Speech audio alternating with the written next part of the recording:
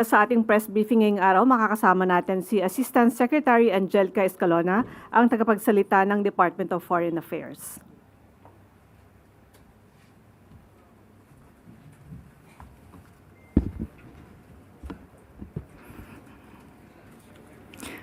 Magandang umaga po sa inyong lahat.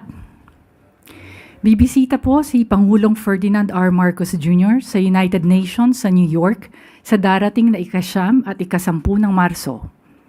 Napakahalaga po ng biyaheng ito. Ito po ang tamang pagkakataon dahil sa mga nangyayari ngayon sa Middle East. Ang UN ang pinakaangkop na lugar upang manawagan ng ating Pangulo para sa kapayapaan sa Middle East at sa kaligtasan ng lahat ng mga sibilyan, lalo na ng ating mga kababayan. In fact, in 2 meetings, the President will offer a voice from our region, from developing countries, and call for restraint, respect for international law, including the UN Charter and humanitarian law, and for all concerned to return to the negotiating table for peace. Magsasalita po ang Pangulo sa 70th session ng Commission on the Status of Women o CSW70. He will also highlight here the Philippines' commitment to promote, advance, and protect the rights and well-being of women and girls. Magsasalita rin po siya sa isang special session ng UN General Assembly. Isa sa mga layunin dito ay makakuha ng karagdagang suporta sa kandidatura ng Pilipinas na maging non-permanent member ng UN Security Council para sa taong 2027 to 2028. In his address at the General Assembly, the President will underscore how the Philippines has continuously and constructively engaged the United Nations and UN member states since the UN's founding in 1945 to advance the rule of law, multilateralism, sustainable development, climate resilience, humanitarian action, and the promotion of human rights and protection of vulnerable groups in conflict situations.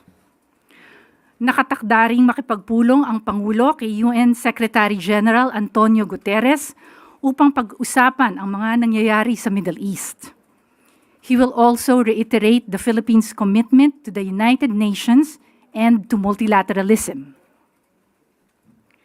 Bakit nga ba mahalaga na magkaroon tayo ng seat sa UN Security Council? Uulitin po natin. Mahalaga po ito dahil nagbibigay ito sa Pilipinas ng kapangyarihan at boses sa mga usaping global safety at security. Importante po ang mga usaping ito para sa mga Pilipino at mga mamamayan mula sa mga developing countries.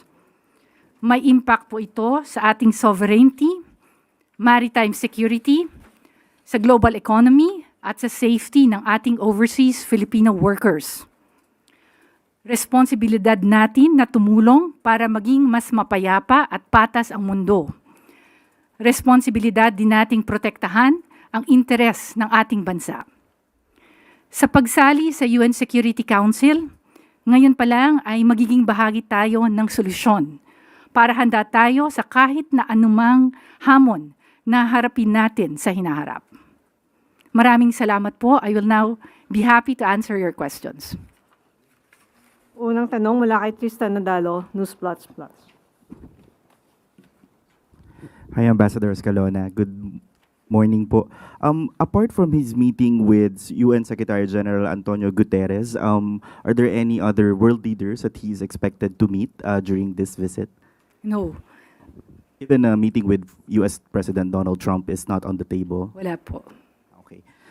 Just to, of course, sabi nyo nga po, the President would raise the issue in the Middle East.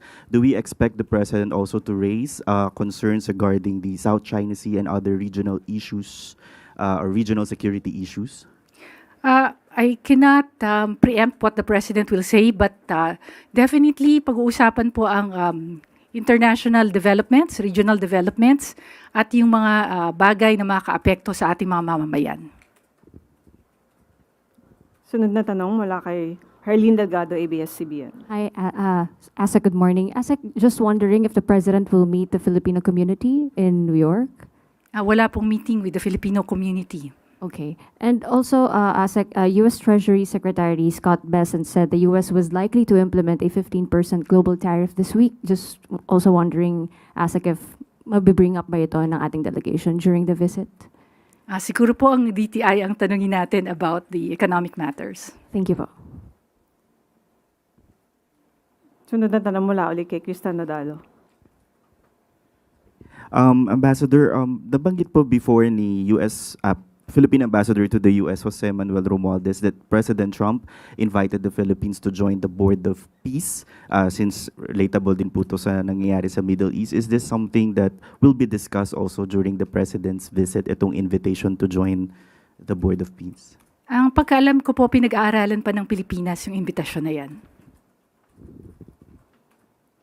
Rafi Ayeng, Daily Tribune.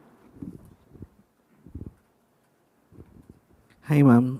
Tourism stakeholder, the Global Tourism Business Association, is advocating for Filipinos holding valid U.S. or Canada tourist visas to be exempt from regular visa processing when traveling to Japan and Korea. What's the take of DFA on this? I will have to get back to you on that, just to check and be accurate. And then, nasend na po daw kasi yung letter nila sa DFA. Opo. Balikan ko na lang kayo on that. Thank you, ma'am. Ann Soberano, Bombo Radyo. Usec, good morning. Sino-sino po ang kasama sa official delegation po ni Pangulong Marcos? Thank you. The President will be accompanied to New York by First Lady Luis Araneta Marcos, Secretary of Foreign Affairs Maria Teresa Lazaro, Secretary of Migrant Workers Hans Leo Cacdac, Secretary Carlito Galvez Jr., Presidential Advisor on Peace, Reconciliation and Unity, PCO Acting Secretary Dave Gomez, Senator Erwin Tulfo, Chair of the Senate Committee on Foreign Relations, at iba pa nating mga opisyal sa pamahalaan. Thank you, ma'am. Sunod na tanong mula kay Eugene Fernandez, IBC 13. Wala na. Okay na. Christian Yusores. Wala. Okay. Wala na pong tanong mula sa Malacanang Press Corps. Maraming salamat po, Assistant Secretary Angelica Escalona. Maraming salamat, Malacanang Press Corps. Maraming salamat po sa inyong lahat.